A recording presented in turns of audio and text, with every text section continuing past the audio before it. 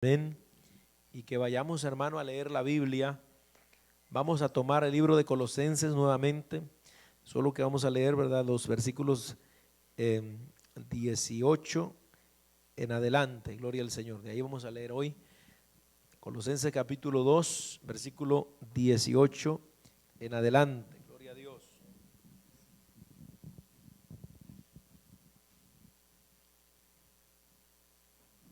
Y ahí vamos a estar leyendo la palabra del Señor. Dicen amén cuando lo tengan, hermano.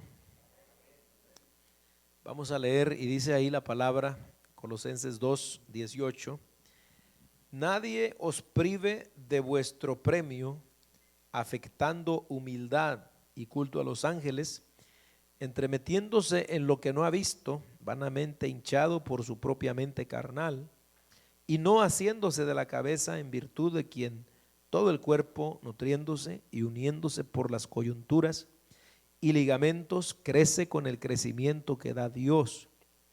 Pues si habéis muerto con Cristo en cuanto a los rudimentos del mundo, ¿por qué como si vivieseis en el mundo os sometéis a preceptos, tales como no manejes, ni gustes, ni aun toques, en conformidad a mandamientos y doctrinas de hombres, cosas que todas se destruyen con el uso? Tales cosas tienen a la verdad cierta reputación de sabiduría, en culto voluntario y en humildad y en duro trato del cuerpo, pero no tienen valor alguno contra los apetitos de la carne. Amén. Hasta ahí, hermano. Señor, te damos gracias en el nombre de Jesús. Gracias por tu misericordia. Gracias, Señor, porque tú nos das la fuerza para estar aquí. Señor, gracias por cada hermano que puede estar presente. Te rogamos que tú ilumines nuestras mentes, Señor, y nuestros corazones para que podamos recibir tu palabra y podamos tener el conocimiento necesario, Señor, sobre estas doctrinas que estudiamos en este día. Padre, en el nombre de Cristo, todo lo ponemos en tus manos. Amén, Señor, y amén. Gloria a Dios. Tome su lugar. Alabado sea el nombre del Señor. Bueno, como dijimos, ¿verdad? Hoy vamos a terminar, hoy creo que sí terminamos porque ya nos queda poquito, ¿verdad? Ya es casi la parte final que estamos viendo. Y así rapidito pues le hago un recuento, ¿verdad?, de estas partes, digamos, ¿verdad?, que hemos mirado en los martes anteriores, acerca de lo que es esta doctrina que como venimos señalando, como lo dice el apóstol Pablo en primera a los Corintios 4, versículo 1, son consideradas doctrinas de demonios, ¿verdad? Doctrinas de demonios. Ya nosotros, ¿verdad?, pues tenemos en mente la serie que estamos estudiando, que le hemos titulado La Cátedra del Diablo, haciendo referencia, amén, a cómo Satanás por medio de las religiones ha logrado, hermano, impartir su veneno, ¿verdad?, prácticamente la muerte, hermano, a la humanidad. Y por esa razón es que quisimos, ¿verdad?, pues traer a consideración todas estas enseñanzas, hermano, se puede decir de las más conocidas, porque hay muchas en realidad, hay muchas. De hecho no vamos a ver todas, ¿verdad?, las que hay un libro que hemos tomado, ¿verdad?, nosotros, y hemos sacado bastante información, o nos estamos guiando, ¿verdad? Se llama, yo no sé si usted lo tenga, pero si no lo tiene, se lo recomiendo. Se llama ¿Cuál camino? Es un libro muy bueno. De hecho, todavía en los institutos bíblicos se estudia ese libro para conocer más las doctrinas falsas. Y hay muchas, hermano, hay muchas. Está la doctrina de la nueva era, el liberalismo y muchas otras cosas, pero lo que nosotros nos hemos dedicado pues es a estudiar lo que más conocemos, ¿verdad?, o lo que es más fuerte en cuanto al engaño. Amén. Entonces, y por esa razón nosotros, ¿verdad?, pues hemos estado estudiando todo esto, como dijimos, para que podamos, hermano, como dice el apóstol Pedro, estar preparados, ¿verdad? Podamos estar preparados para presentar defensa, como dice el apóstol, con mansedumbre y con reverencia ante todo aquel que os demande, amén, razón de la esperanza que hay en nosotros, ¿verdad? Así tenemos que responder nosotros amén, con reverencia, con mansedumbre, pero con verdad, hermano. Entonces, por esa razón es que pues quisimos traer estos estudios, hermano. Y yo espero que le estén sirviendo a usted, amén. Espero que usted esté aprovechando y que se esté nutriendo, porque a la vez que nosotros pues conocemos estas doctrinas falsas, también nuestro conocimiento de la Biblia se va ampliando, hermano, ¿verdad? Y entonces pues no somos presas del enemigo, del engaño, y cuando hablamos con alguien de alguna otra doctrina, pues rápidamente podemos identificar de quién se trata, ¿verdad? Entonces es bien importante eso, hermano, que nosotros nos preocupemos por el estudio de la palabra, y dentro de esos estudios pues llega el momento en el que hay que estudiar estas cosas. Gloria al Señor. Amén. Y bueno, estamos terminando lo que es el mormonismo, ya hemos visto bastante, prácticamente es la última parte la que estamos viendo. Ya lo que vimos el martes pasado, amén. ¿Alguno de ustedes se acuerda de algo que vimos el martes pasado de este mormonismo? Vamos a hacer una prueba aquí rapidito porque amén, no va a ser que el examen final no lo vayan a pasar a ustedes, hermano. ¿Se acuerdan de algo? Aunque sea, si me dicen que de algo se acuerdan, entonces sí está sirviendo. Si no se acuerdan, yo no sé, hermano. A ver, ¿alguien se acuerda de algo que vimos el martes pasado acerca de esta doctrina?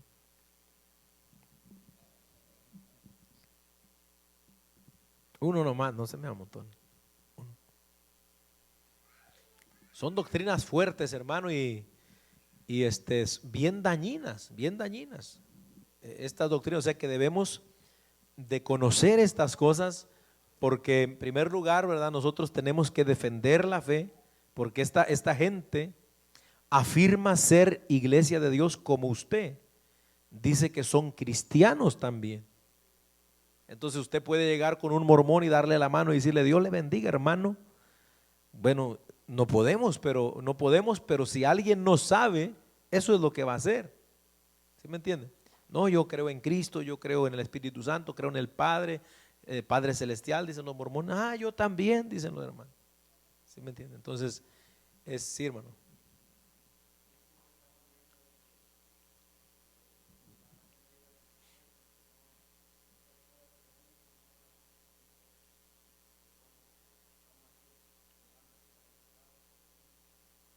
Amén.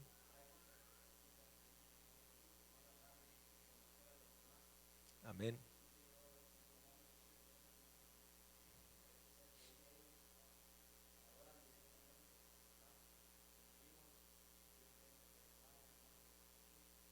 Sí, es tremendo, es tremendo.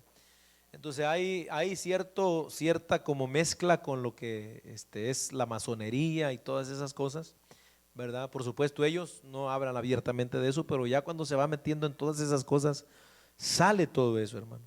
Entonces, lo último que estuvimos viendo precisamente es lo que se llaman las ordenanzas del templo. Ya estamos entrados ahí, y lo que vimos, hermano, dentro de esas ordenanzas del templo fue el asunto del bautismo por los muertos. Eso fue lo que vimos más que nada el martes pasado, ¿verdad? Cómo en el mormonismo está lo que se llama el bautismo por los muertos, donde una persona puede bautizarse por alguien que ha muerto para que esa persona se salve en la otra vida, en la vida de los espíritus. Y ya vimos nosotros que citan incluso la Biblia, donde el apóstol Pedro, por ejemplo, habla y dice que Cristo le fue a predicar a los espíritus encarcelados, ¿se acuerdan? Y ellos toman esas citas bíblicas, o como cuando Pablo en 1 Corintios capítulo 15, hablando de la resurrección, dice, amén, que qué van a hacer entonces aquellos que se bautizan por los muertos y los muertos no resucitan.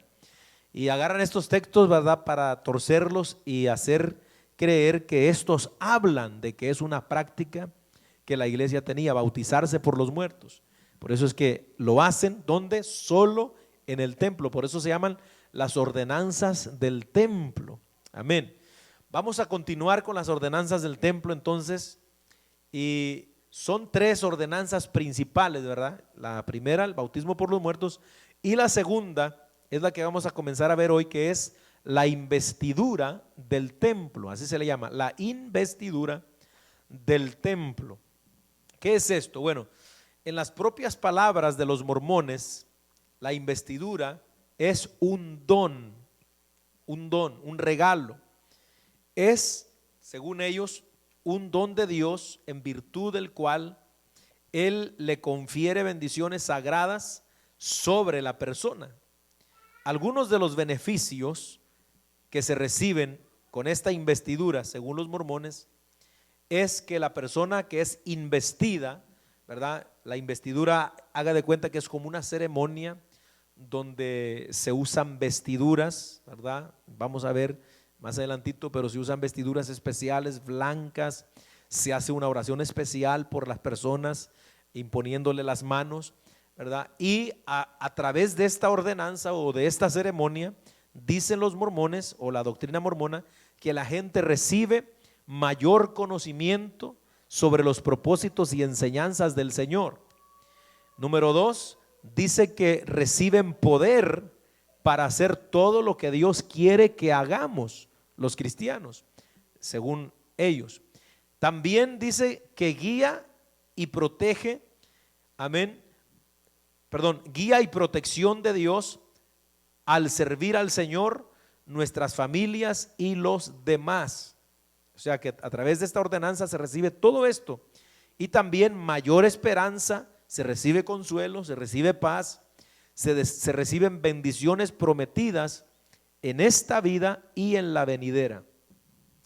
Amén. O sea que hablar de la investidura del templo, hermano, no es hablar nada más de una simple ceremonia, ¿verdad? Con un significado, sino que prácticamente estamos hablando de algo que da poder, algo que es, hermano, digamos, poderoso y que es capaz de hacer una transformación en la vida de las personas. En otras palabras, al momento de ir al templo mormón y hacer esta ceremonia, se recibe, ahí mismo se recibe, porque eso lo toman así literalmente. Amén. Entonces, esta ceremonia se lleva a cabo mediante una serie de rituales donde se hacen oraciones a Dios para recibir la investidura. O sea, hay en el templo varios lugares o varios salones y se pasan de un salón a otro, ¿verdad? Haciendo estas ceremonias, están en un salón, luego pasan a otro salón y por último pasan a un salón que se llama el salón celestial, que haga de cuenta, hermano, que es como estar en el mismo cielo, según lo describen los mormones, ¿verdad? Para estar más cerca de Dios. Después de esta ceremonia de la investidura, donde se ponen todas esas ropas y trajes y se hacen los rituales y oraciones, la gente pasa a un lugar totalmente silencio, blanco, todo en ese lugar es blanco, ¿verdad? Con un silencio, hermano, y lo único que la gente va a hacer ahí es quedarse silencio y meditar en Dios. Meditar, lo más que pueda meditar en Dios, o sea, ni un solo ruido, ¿verdad? Entonces, porque ellos dicen que ahí se van a encontrar más cerca de Dios y por eso ellos afirman, ¿verdad? Que digamos, los cultos o los rituales de ellos son así bien serios porque ellos dicen que la reverencia a Dios se encuentra ahí, en la seriedad. O sea que para ellos el ruido o donde hay mucha algarabía no está Dios, ¿verdad? Amén. Entonces entran a este salón celestial como parte final de esta investidura. Amén. Ahora, cuando ellos hacen esto, se les otorga a todas las personas mormonas algo que se llama el garment o la ropa, algunos le dicen la ropa del templo, mayormente tanto en español como en inglés se le conoce como el garment del templo. Algunos mormones adultos, a partir de haber hecho compromisos con Dios, porque también esto va incluido en la ceremonia, comprometerse plenamente con Dios, ellos empiezan a usar diariamente una ropa que se llama, como digo, el garment del templo, que es una ropa interior blanca, mejor conocida, amén, como ropa o garment del templo. Ellos le dan un significado muy sagrado, ya que les recuerda su compromiso de mantenerse puros para Dios. Más o menos en esto es lo que consiste, ¿verdad? La investidura, una ceremonia especial. Ahora, como se hacen compromisos con Dios fuertes, hermano, de hecho siempre se están motivando a las personas para que reciban estas ordenanzas, porque sin estas ordenanzas no se obtiene, como vamos a ver al final, la gloria eterna, la gloria celestial. Pero parte de esto, hermano, entonces es que la gente empieza a usar una ropa interior especial. Yo no sé si usted ha oído, pero incluso esto ha llegado a ser motivo de burla entre los incrédulos y gente así, ¿verdad? Y le llaman los calzones sagrados a veces, porque es sabido que cuando se hace esta ordenanza, muchos de los mormones utilizan esta ropa interior blanca, que es como una ropa interior tradicional, ¿verdad? O sea, es una playera blanca pero con una marca en el pecho y unos calzones así largos, pero también con una marca, pero blancos, y ellos se los ponen todo el tiempo.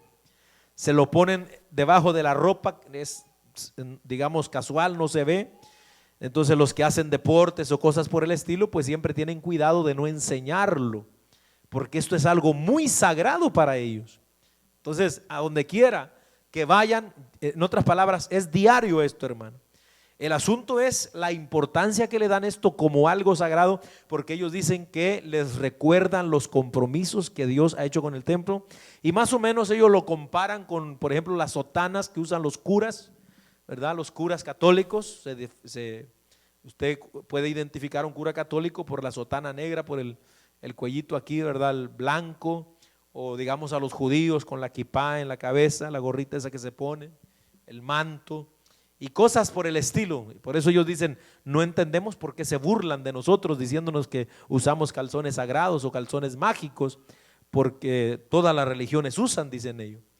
Entonces el asunto aquí es, hermano, que al mirar nosotros esta ordenanza, según la descripción de ellos, se podría afirmar que esta ceremonia mormona tiene como objeto reemplazar la obra que solo el Espíritu Santo puede hacer en los corazones y en la vida de los hombres. Amén. Ahí es donde empezamos a ver digamos el peligro o lo lejos que está de ser bíblico todo esto que hacen los mormones. Porque si por causa de una ceremonia ritual, física, yo voy a recibir poder para servirle a Dios mejor, o voy a recibir, hermano, paz, o voy a recibir felicidad o tranquilidad, como dicen ellos, o Dios me va a dar bendiciones especiales, o Dios va a poder cumplir su propósito en mí, voy a tener mayor esperanza, por ejemplo, como estaba leyendo. Entonces esto, amén, lo que la Biblia nos dice que nos puede dar esto es el Espíritu Santo, no el nosotros cumplir con algún requisito de este tipo. Por eso volvemos a Colosenses, el texto que tenemos como base, y ahí Pablo está hablando contra una doctrina que se llama el gnosticismo, que desde los primeros años del cristianismo empezó también el llamado gnosticismo, amén, a meter todas estas cosas como el ascetismo, amén. Por eso Pablo menciona aquí el culto a los ángeles, porque los gnósticos empezaban a decir que los ángeles también eran dignos de rendir adoración, que ellos habían tenido participación en la creación y cosas así. Por eso Pablo refuta esta idea y dice, no, a los ángeles no se le puede dar culto, esa gente está mal. Y luego añade que nadie, hermano, puede pensar que unos simples rituales externos pueden ayudarle a uno para la vida espiritual o para estar más cerca con Dios. Amén. Entonces, por ejemplo, como en este caso, Pablo menciona cosas como no manejes, es decir, no hagas esto, no gustes, no pruebes, no comas esto, hablando de comidas, ¿verdad? No toques aquello, en conformidad, dice Pablo en el verso 22 de Colosenses 2, con doctrinas y mandamientos de hombres, cosas que todas se destruyen con el uso. Amén. Por ejemplo, las prendas el garment del templo, o estos calzoncillos o ropa interior blanca, esta ropa se destruye con el uso, ¿sí o no? Más adelante hay que comprar otra, porque eso se acaba. Ahora, ¿qué de especial tiene eso? Ellos dicen, no, es que nos recuerda, pero el asunto es que se van más allá, hermano. Por eso Pablo dice en el verso 23, tales cosas tienen a la verdad cierta reputación de sabiduría en culto voluntario, en humildad y en duro trato del cuerpo, pero no tienen valor alguno contra los apetitos de la carne. O sea, que los mormones piensan que ponerse una ropa interior blanca les va a ayudar, hermano, ¿verdad? Para poder resistir los deseos de la carne. Ahí está entonces el gran error. ¿Sabe usted cuántos, por ejemplo, curas católicos, hermano, con todo y sotana violan a los niños? ¿Será que la sotana les impide? ¿O la sotana les da poder para resistir la tentación del diablo? O digamos lo que sea, hermano, o los judíos por traer el gorrito en la cabeza o el manto, ¿será que eso les da poder para resistir? No, hermano.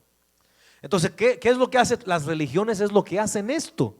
Tratan de ver la manera cómo ayudar al hombre a estar más cerca de Dios según ellos, pero lo que hacen es alejarlos más, porque entonces la gente empieza a poner su dependencia en esas cosas. Entonces, imagínense, es duro trato del cuerpo, es un culto voluntario fuerte, porque yo creo que no ha de ser fácil andar con esos calzones tan largos, hermano, y imagínense usted en el calor y todo eso es duro de hacerlo. Sin embargo, amén, cualquiera pudiera decir, esa gente de verdad tiene fe en eso, pero no le sirve de nada, de nada. Entonces, ¿por qué? Solo el Espíritu Santo, hermano, es el que puede hacer todo esto que dicen ellos en los corazones. Mire, en San Juan capítulo 14, versículo 26, es el Espíritu Santo quien enseña y nos guía todo lo relacionado con Dios y no una ceremonia. Amén. San Juan 14, 26, voy a pedirle que lo lea, hermano, usted. Amén, hermano Esteban, puede ayudarnos. Juan 14, 26. Primera de Juan capítulo 2, versículo 27. Amén. Vamos a pedirle, hermana Jenny, si nos puede leer eso, por favor. Primera de Juan capítulo 2, versículo 27. Solo el Espíritu Santo puede ayudarnos, amén, para que nosotros, para enseñarnos y para guiarnos. O sea, el recibir una investidura, una ceremonia, no nos va a ayudar para entender mejor las cosas o para servirle mejor a Dios. Es como si nosotros creyéramos que en el bautismo, cuando nos bautizamos en el agua, hermano, ahí recibimos poderes especiales para ser mejores cristianos. No, eso no es así. Amén, es el Espíritu Santo, lo tenemos.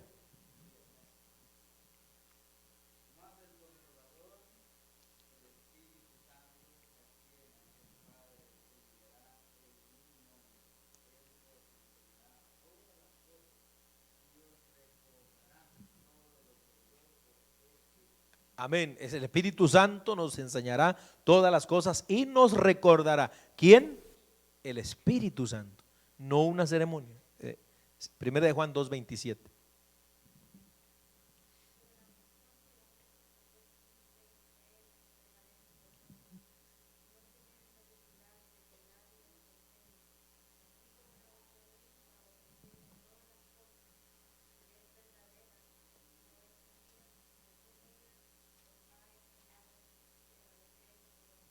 Amén, ahí está hablando de la unción que nos enseña todas las cosas. ¿Cuál es la unción? Es el Espíritu Santo. La unción del Santo es la que nos enseña. Se está refiriendo al Espíritu Santo, hermano. En segundo lugar, el Espíritu Santo es quien nos da poder para cumplir con lo que Dios nos ha delegado que hagamos. Ellos dicen que al recibir las investiduras, ¿verdad?, recibimos poder para servirle a Dios mejor y hacer lo que Él nos ha mandado. Pero mire lo que dice Mateo capítulo 10, versículo 20, ahí dice la Biblia, amén, porque no sois vosotros los que habláis, sino el Espíritu de vuestro Padre que habla en vosotros.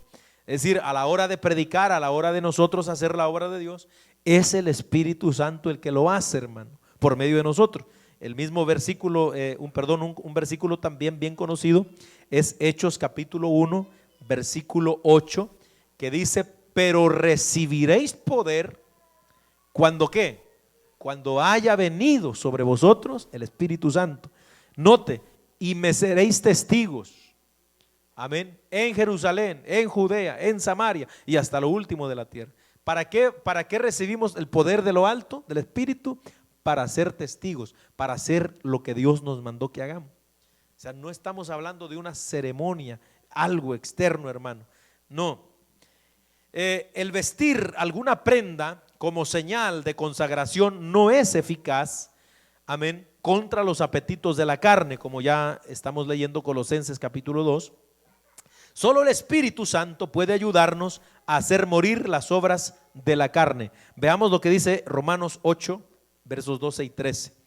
Alabado el nombre del Señor. O sea, vestir una prenda, hermano, no nos da ningún poder ni nos ayuda a ser mejores cristianos. No. Nosotros, ¿verdad? No creemos eso, por eso es que no usamos ningún tipo de ropa especial. Así que a veces nosotros nos equivocamos y decimos, vamos a ponernos la ropa de la iglesia hoy. Esta es la ropa de la casa. A veces nos equivocamos. ¿Sí o no, hermano? Esa ropa de iglesia, esa ropa ¿de dónde? Pues de playa. ¿Y cuál será la ropa de la playa entonces? Romanos 8, 12, 13. Dice la Biblia en el verso 12: así que, hermanos, deudores somos, no a la carne, para que viváis conforme a la carne. Verso 13: porque si vivís conforme a la carne, moriréis. Mas si por el Espíritu hacéis morir las obras de la carne, ¿qué dice? Viviréis. ¿Quién es el que nos da poder contra la carne, contra el pecado? El Espíritu. No el vestirnos de algún modo o tener una prenda sagrada encima de nosotros, hermano. No, eso no está en la Biblia, no sale ahí. Alabado el nombre del Señor, su nombre gloria. Por eso es que nosotros, como vuelvo a repetir, no usamos ese tipo de cosas. Así que nosotros, igual como nos vestimos, ¿verdad? Nosotros, ¿verdad? ¿Cómo se dice? Con pudor, con modestia. Así es que debemos de vestirnos todo el tiempo, hermano. Gloria al nombre del Señor. Amén. Bueno, la tercera ordenanza del templo. Ya vimos entonces la primera, el bautismo por los muertos; la segunda, la investidura del templo. La tercera ordenanza sería el sellamiento del templo. ¿Qué es el sellamiento del templo? Esta es otra forma de llamarle a los matrimonios en el templo. Oiga eso. Aunque hay una diferencia muy importante entre el matrimonio civil tradicional, es decir, el que se hace con el juez allá en la corte o donde sea, y uno realizado en un templo, la autoridad del sacerdocio es lo que hace esta gran diferencia. Hablando del sacerdocio mormón que vimos la vez pasada, ¿se acuerdan? El sacerdocio de Melquisedec es lo que les da autoridad para hacer todas estas ordenanzas. Ahora, dicen que los matrimonios que se hacen en el templo mormón permiten, hermano, que duren no solo hasta que la muerte los separe, sino que duren para siempre, por toda la eternidad. Amén. El matrimonio es una parte central, dicen los mormones, del plan de Dios para sus hijos, y es por ello que Él permite que continúen más allá de la muerte si se hace de manera adecuada dentro de un templo. Amén. Entonces note por favor aquí, hermano, que ellos le dan un carácter sagrado al matrimonio. Eso está bien, eso es lo que dice la Biblia, pero ellos se van más allá. No se le olvide a usted lo que hemos nosotros venido viendo con el asunto hermano, de los matrimonios celestiales, de las esposas de Dios, de la manera en que José Smith introdujo la doctrina de la poligamia, casándose con muchas mujeres. ¿Por qué? Porque el estar casado, hermano, y mayormente con muchas mujeres, como había enseñado José Smith, vuelvo a repetir, ya no se practica la poligamia, al menos en la doctrina mormona más grande, ¿verdad? Pero hay otras ramas que siguen practicándola. Pero según José Smith, cuando introdujo esta doctrina, mientras más esposas tuviera, más acceso a la gloria celestial, hermano. Porque es necesario estar casados. ¿Para qué? Para poder adquirir el máximo estado de gloria celestial. En otras palabras, llegar a ser Dios, una deidad. Incluso parece que ya miramos esto. Los solteros, es decir, los que no se casen nunca, amén, o los que se casan, pero sí, los que no se casen nunca, van a entrar al cielo, pero van a ser siervos de los que estén casados. Amén. Esa es la idea, ¿verdad? O sea, para poder tomar el grado más alto, hay que estar casado. De esta manera se le llama sellamiento. Ahora, lo que vamos a analizar aquí, hermano, es esto, ¿verdad? Porque según el poder de los sacerdotes, hace que el matrimonio sea eterno. O sea, que la gente se muere y después en la otra vida sigue el matrimonio, siguen las relaciones matrimoniales allá en la eternidad. Porque no se le olvide que este es el Dios de los mormones, no es el Dios de nosotros. Es el Padre Celestial de los mormones, que tiene su esposa también y siempre está manteniendo relaciones sexuales, hermano, y procreando hijos, hijos por montón, como ya hemos visto. Ahora vamos a ver qué dice la Biblia acerca de esto, hermano. Según Doctrina y Convenio, esto está en ese libro, Doctrina y Convenios, de José Smith, capítulo 132, del versículo 7, versículos 15 y 19. Este sellamiento es indispensable para alcanzar la exaltación, es decir, la gloria máxima, llegar a ser dioses. Quien no se casa o no lo hace como debe ser, será simplemente un ángel de Dios en el cielo, apartado y solitario, que servirá a los exaltados. Ese va a ser alguien que no se case, ¿verdad? O que no lo haga apropiadamente como enseñan ellos. Ahora, lo que dice la Biblia es que bíblicamente los matrimonios no son como dicen los mormones, ni tampoco la Biblia enseña que los sacerdotes o los varones o los hombres tengan algún poder para hacer que los matrimonios se extiendan por toda la eternidad. De hecho, Romanos capítulo 7, versículo 2, dice que los matrimonios, hermano, son hasta la muerte. Bíblicamente, los matrimonios se disuelven como con la muerte. Romanos capítulo 7, versículo 2, dice así la Biblia: porque la mujer casada está sujeta por la ley al marido, mientras que mientras éste vive. Pero si el marido muere, ella queda libre de la ley del marido, es decir, queda libre del matrimonio. Bíblicamente así son los matrimonios, hasta que la muerte los separe, es decir, hasta la muerte.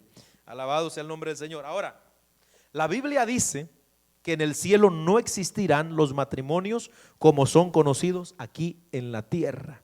Vamos a ver algunas citas aquí, hermano. Mateo capítulo 22, versículos 30. Gloria al nombre del Señor, su nombre gloria. Mateo 22, versículo 30. Lo tenemos. Dice: porque en la resurrección ni se casarán ni se darán en casamiento, sino serán como los ángeles de Dios en el cielo. Oiga eso. Vamos a leer ahora Lucas capítulo 20, versículo 34 al 35. Lucas 20, 34 al 35. Gloria al Señor. Dice el Señor, lo tenemos.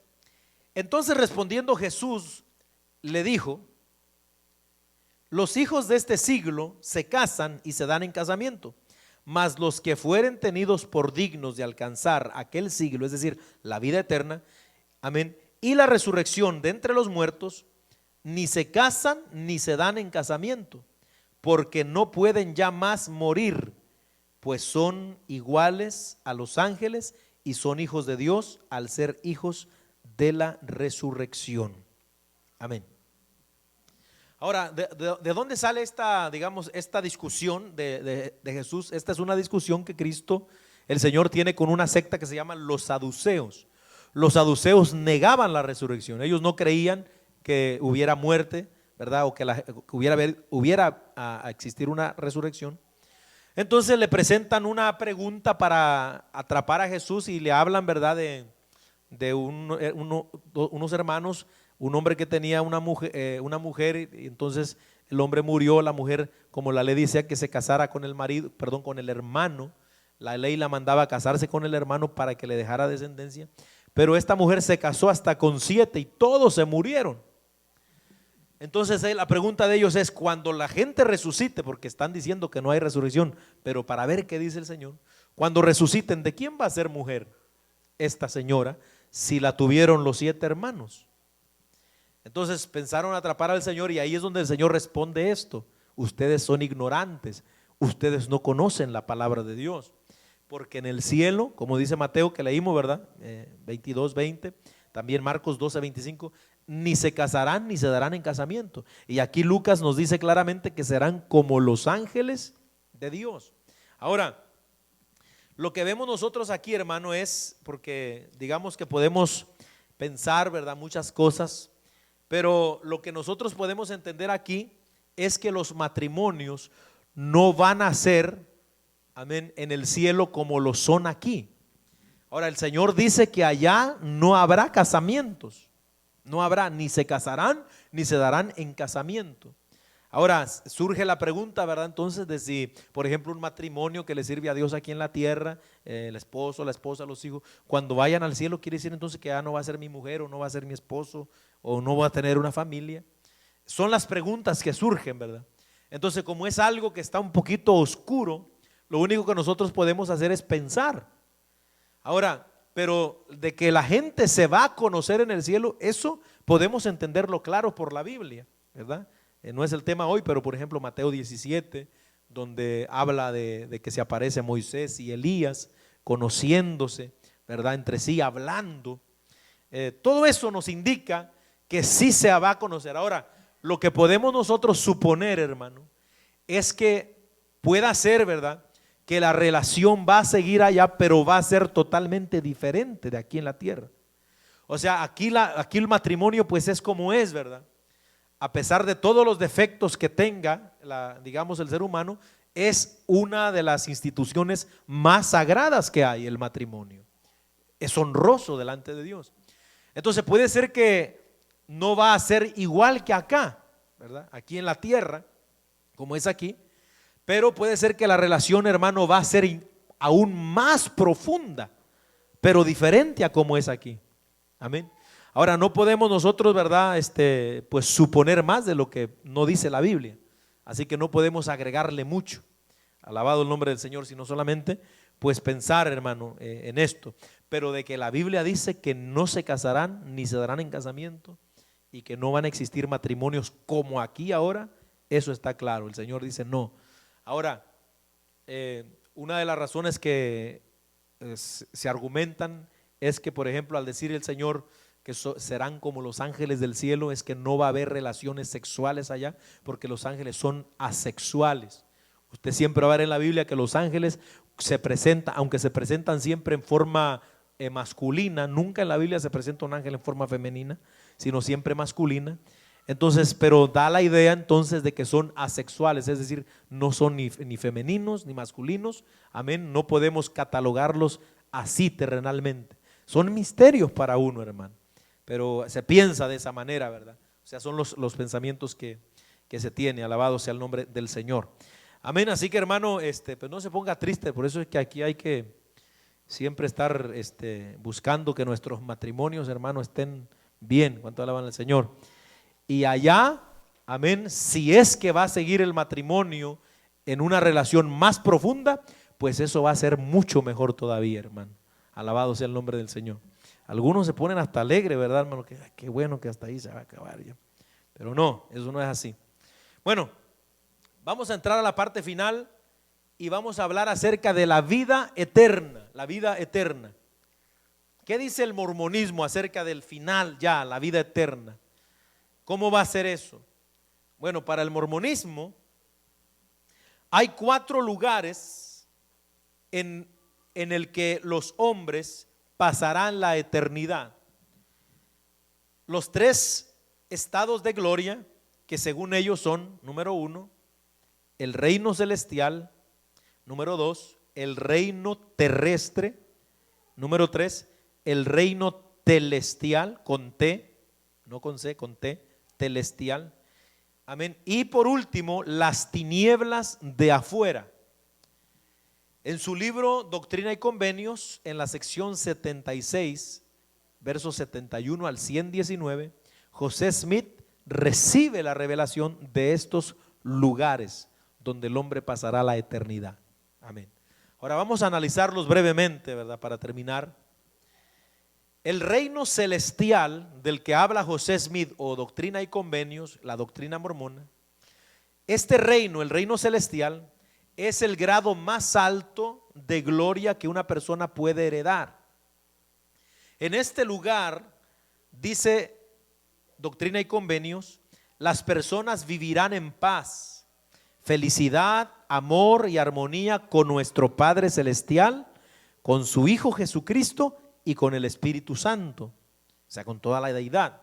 Las personas que heredarán esta gloria son aquellos que hayan vivido de acuerdo con la voluntad de Dios, los que buscaron primeramente el reino de Dios sobre todas las cosas.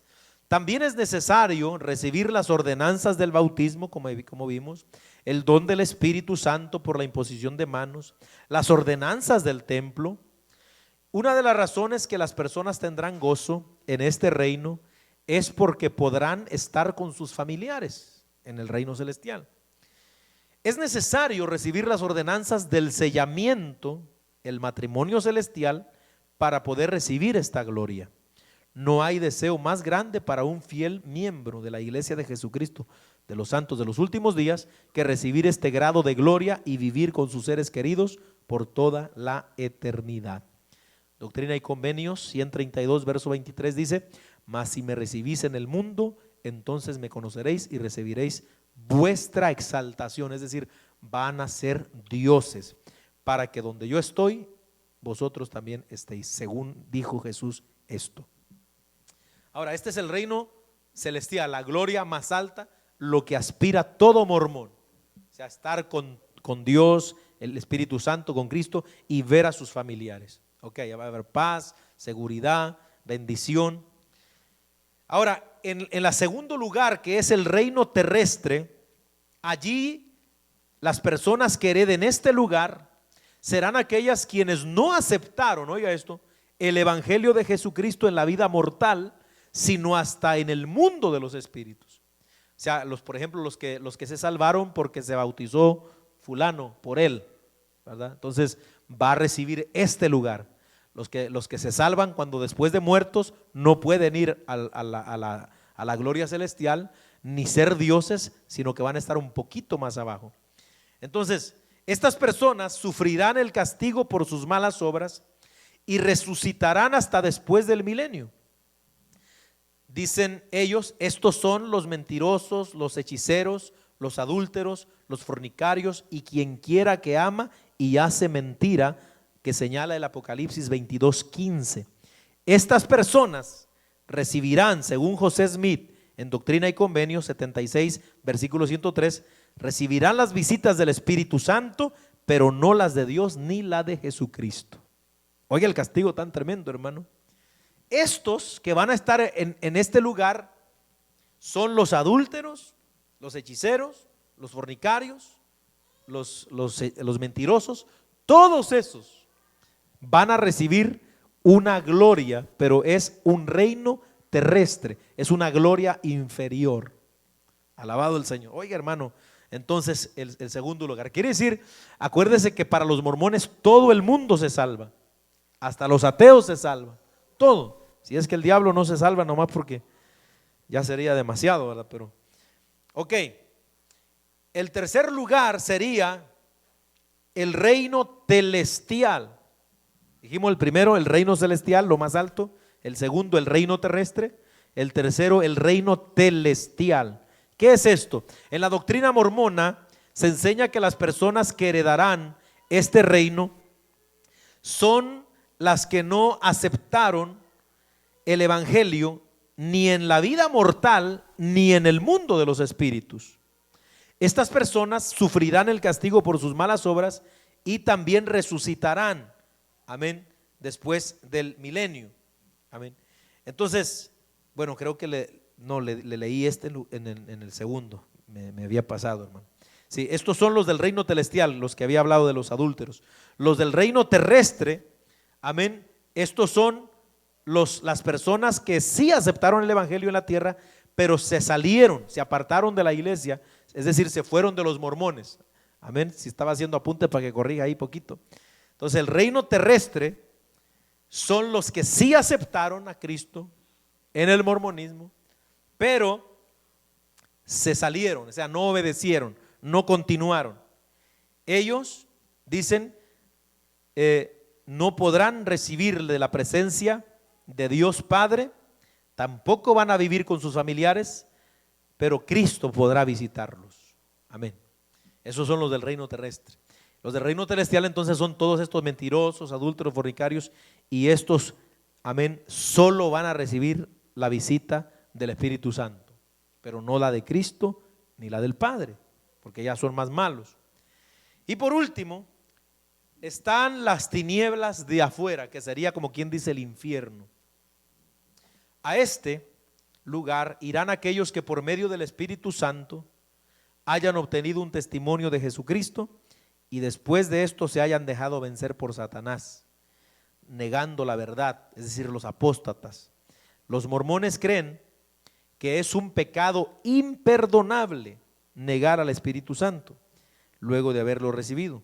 Los que hereden este lugar no recibirán ningún reino de gloria, sino que vivirán eternamente en tinieblas, en tormento y miseria con Satanás y sus ángeles para siempre.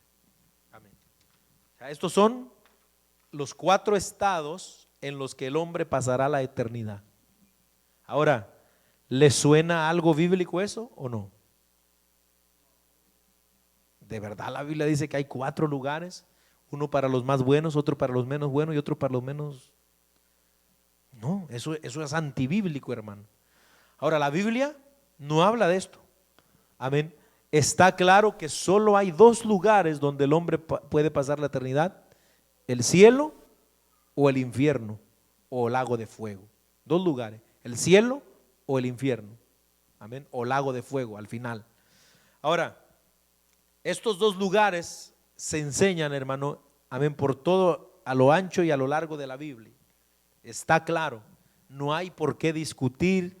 O sea, rápidamente cualquiera persona que tenga entendimiento o conozca un poquito la Biblia se dará cuenta que la doctrina mormona sobre la eternidad está equivocada. Ahora, ¿de dónde surgen todas estas cosas? De la mente hinchada, como dice Pablo, carnal, que empiezan a suponer cosas y a supuestamente recibir revelaciones, como fue el caso de José Smith. Amén. Por eso es que siempre nosotros debemos de tener mucho cuidado, hermano, con todas esas cosas.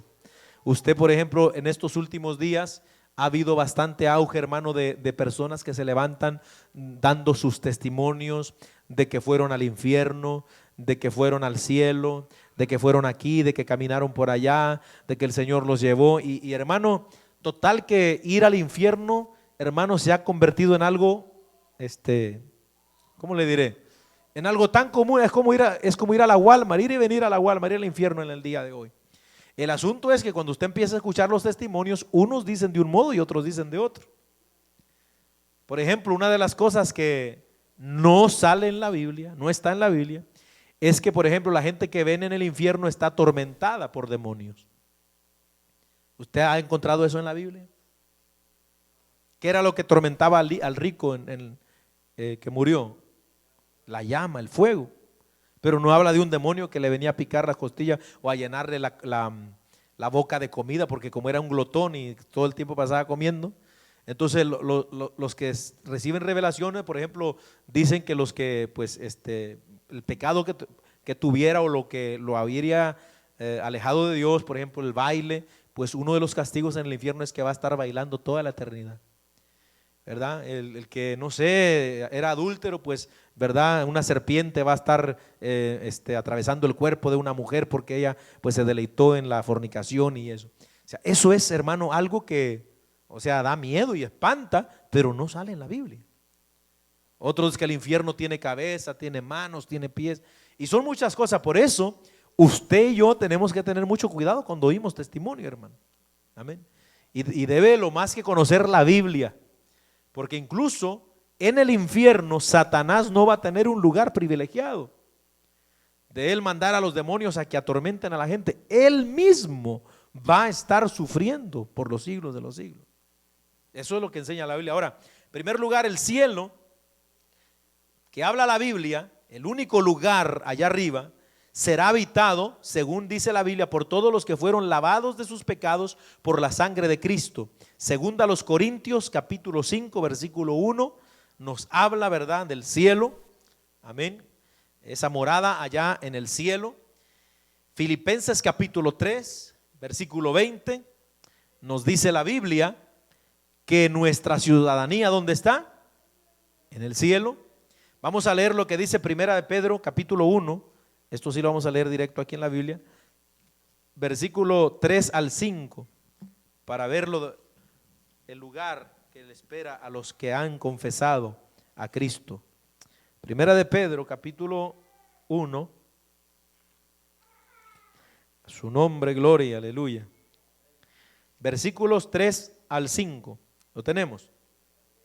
Bendito el Dios y Padre de nuestro Señor Jesucristo, que según su grande misericordia nos hizo renacer para una esperanza viva por la resurrección de Jesucristo de los muertos, para una herencia incorruptible. Oiga cómo es la herencia: incorruptible, incontaminada e inmarcesible, es decir, que no se marchita, reservada en los cielos. ¿Dónde está reservada? En los cielos, para vosotros, que sois guardados por el poder de Dios mediante la fe, para alcanzar la salvación que está preparada para ser manifestada en el día postrero. Amén. Apocalipsis 21, del 1 al 3. Ya estamos terminando, hermano. Dice que nada inmundo o que hace abominación, perdón, no, ese es Apocalipsis 21, 27, dice: nada inmundo que hace abominación entrará en el cielo. Pero Apocalipsis 21, del 1 al 3, dice: vi un cielo nuevo y una tierra nueva, porque el primer cielo y la primera tierra pasaron y el mar ya no existía más. Y yo, Juan, vi la santa ciudad, la nueva Jerusalén, descender del cielo de Dios, dispuesta como una esposa ataviada para su marido. Y oí una gran voz del cielo que decía: he aquí el tabernáculo de Dios con los hombres, y Él morará con ellos, y ellos serán su pueblo, y Dios mismo estará con ellos como su Dios. Oiga, el tabernáculo de Dios con los hombres, es decir, la morada de Dios con los hombres, va a ser en el cielo de Dios. En ese cielo que Dios va a hacer nuevo, hermano. No en esto que vivimos, o en esta tierra, o en este cielo. No, porque esto va a ser destruido. Todo esto que vemos se quemará, pero Dios hará cielo nuevo y tierra nueva, y ahí morarán todos. Ahora, por el tiempo, ¿verdad? Pues no lo voy a leer todo, pero usted después en la casita, si quiere, puede seguir leyendo todo el capítulo 21. Describe la nueva Jerusalén donde vamos a vivir por la eternidad. ¿Cómo es esa ciudad? Qué bella es esa ciudad. Cómo la gloria de Dios estará ahí, hermano.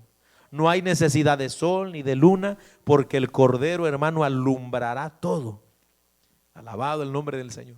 Ese es el único lugar al cual van a ir los hombres si le son fieles a Dios y a su palabra, si aceptan a Cristo en su corazón. No hay un segundo lugar, no hay un tercer lugar.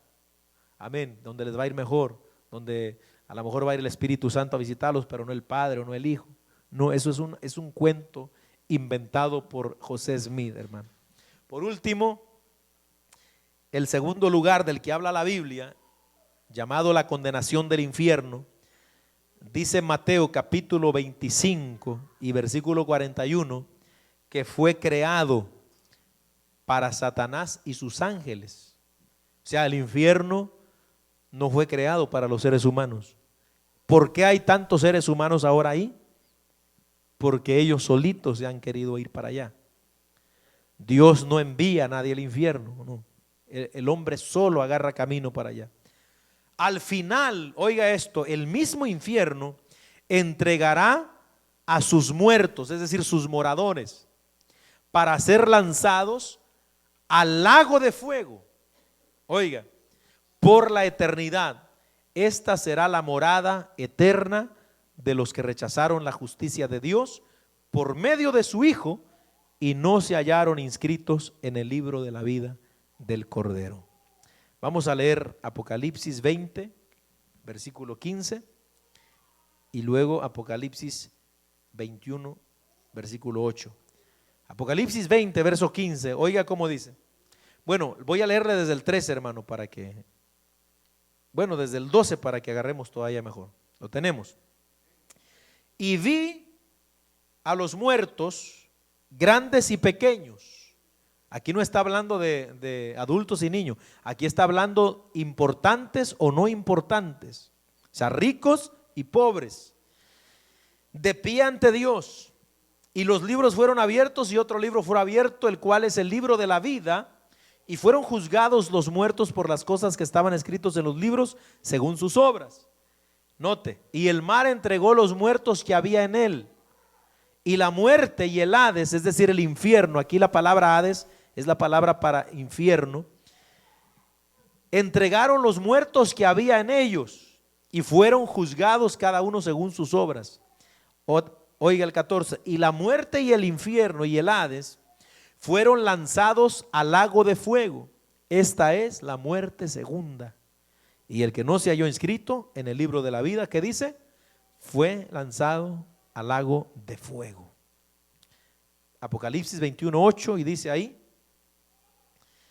pero los cobardes e incrédulos, los abominables y homicidas, los fornicarios y hechiceros, los idólatras y todos los mentirosos tendrán su parte en el lago que arde con fuego y azufre, que es la muerte segunda. Amén. Entonces, bíblicamente hay solo dos lugares donde el hombre puede pasar la eternidad.